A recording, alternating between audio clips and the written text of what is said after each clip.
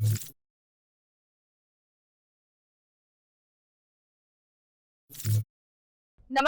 હું છું પ્રિયા અને તમે જોઈ રહ્યા છો જનતા કી જાણકારી ન્યૂઝ। નજર કરીએ આજના સમાચાર। સૌરાષ્ટ્રના સુપ્રસિદ્ધ જગવિખ્યાત યાત્રાધામ વીરપુર કે જ્યાં સંત શિરોમણી જલારામ બાપાની જગ્યા આવેલ છે। દેશ વિદેશથી જલારામ બાપાના દર્શને લાખો દર્શનાર્થીઓ આવે છે। જલારામ બાપાએ શરૂ કરેલા સદાવ્રત અન્નક્ષેત્ર 205 વર્ષથી આજે પણ અવિરતપણે ચાલુ છે। સંત શ્રી જલારામ બાપા સેવકો સાથે ભજન કરતા કરતા વિક્રમ સંવંત 1937 મહાવદ દશમીને બુધવારના દિવસે વૈકુંઠવાસ થયા હતા। ત્યારથી ગુજરાતી માસ મુજબ મહાવદને દશમીના દિવસે જલારામ બાપાનું નિર્વાણ દિન એટલે આજે બાપાની 145મી પુણ્યતિથિ છે।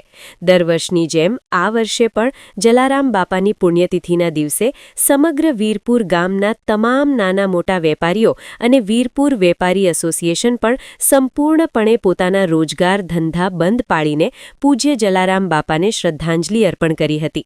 સાથે વીરપુર આવતા ભાવિકો યાત્રાળુઓ માટે જલારામ બાપાની જગ્યામાં અન્નક્ષેત્ર તેમજ જલા બાપાના દર્શન રાબેતા સમય મુજબ ચાલુ રહ્યા હતા। વેપારી એસોસિએશને ચાલુ વર્ષે મહાવદ દશમી આજે જલારામ બાપાના મંદિરના જણાવ્યા પ્રમાણે જલા બાપાની પુણ્યતિથિ નિર્વાણ દિવસ તરીકે મનાવી તમામ વેપારીઓ પોતાના રોજગાર ધંધા બંધ રાખી જલારામ બાપાને શ્રદ્ધાંજલિ આપી હતી। સાથે આજે બાપાની 145મી પુણ્યતિથિ હોવાથી સવારથી જ ભાવિક ભક્તોનો દર્શન કરવા ઘસારો જોવા મળી રહ્યો હતો। સાથે ભાવિકોએ દર્શન કરીને ધન્યતા અનુભવી હતી। જલારામ બાપાના પરિવારજનો દ્વારા પણ સવારે બાપાની સમાધિ ખાતે શ્રદ્ધાંજલિ અર્પણ કરાઈ હતી। આશીષ પાટડિયા, વીરપુર।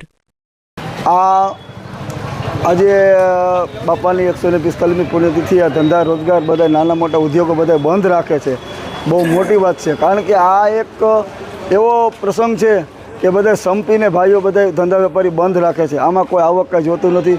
બાપાના નામ ઉપર બધું આજે સજળ બંધ છે અને અહીંયા પણ ફંડ ફાળો લેતા નથી, કોઈ ફંડ લેવામાં આવતો નથી, કોઈ ફાળો લેવામાં નથી આવતો। અહીંયા બધું જો કંઈ ફ્રી ભોજન બધું ફ્રી છે, ચા પાણી ફ્રી છે, રહેવાની સગવડ બધા શ્રદ્ધાળુઓને કોઈ જાતની અડચણ નથી। બધાને અહીંયા સરખું આનંદ મળે છે દર્શન કરીને। તમને કેવું લાગ્યું આ દર્શન કરીને? બહુ અમે ધન્ય થઈ ગયા, કારણ કે બાપાના દર્શન કરીને આજે ગુરુવાર છે, એની તિથિ છે, બધું ભેગું છે પુણ્યતિથિ।